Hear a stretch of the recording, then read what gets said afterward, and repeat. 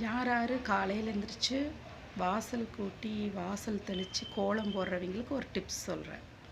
ஒன்றே ஒன்று என்னென்னா, நீங்கள் எப்பவும் போல் கடையில் வாங்குகிற கோல மாவு வாங்காதீங்க.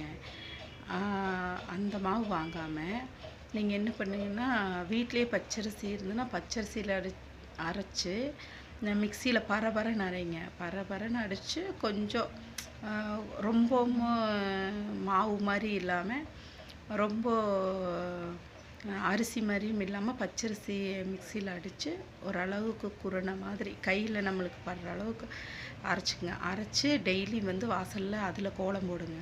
கோலம் போட்டிங்கன்னா ரொம்ப நல்லது. என்னென்னா, எறும்புலேருந்து குருவியிலிருந்து காக்காயிலிருந்து சாப்பிட்றக்கு ஆரம்பிச்சுன்னா அது ஒரு உணவு மாதிரி தான். கோலம் அழகுக்கு போடுறதில்ல. ஆரம்பத்துலேருந்தே அப்படி தான் போட்டிருந்தாங்க.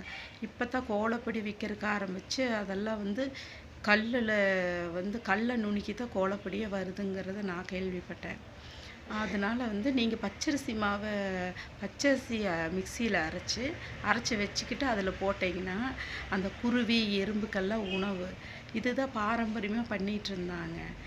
இப்போ அந்த மாதிரி தான் நானும் பண்ணிகிட்ருக்கேன். அதனால் நிறையா குருவி எறும்பு எல்லாம் சாப்பிட்ருக்கு. அது பார்க்குறப்போ எனக்கு இப்போ தான் ஒரு குருவி வர்றக்கு ஆரம்பிச்சிருக்கு.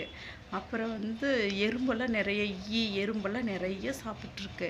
இங்கே பக்கத்தில் இருக்கிறவங்கள்கிட்டையும் சொல்லியிருக்கேன். அவங்களும் சரின்னு சொல்லிவிட்டு அவங்களும் சரி அரைச்சி வச்சுக்கிறேன், ரேஷன் கடையில் வருதில்ல அதில் கொஞ்சம் போட்டு அரைச்சி வச்சுக்கிறேன்னு சொல்லி போடுறேன். நாங்கள் உங்களாலையும் முடிஞ்சதுன்னா அதை பண்ணி பாருங்கள். ஒரு உயிர்களுக்கு ஒரு உணவாகவும் ஆச்சல்ல அது. Thank you.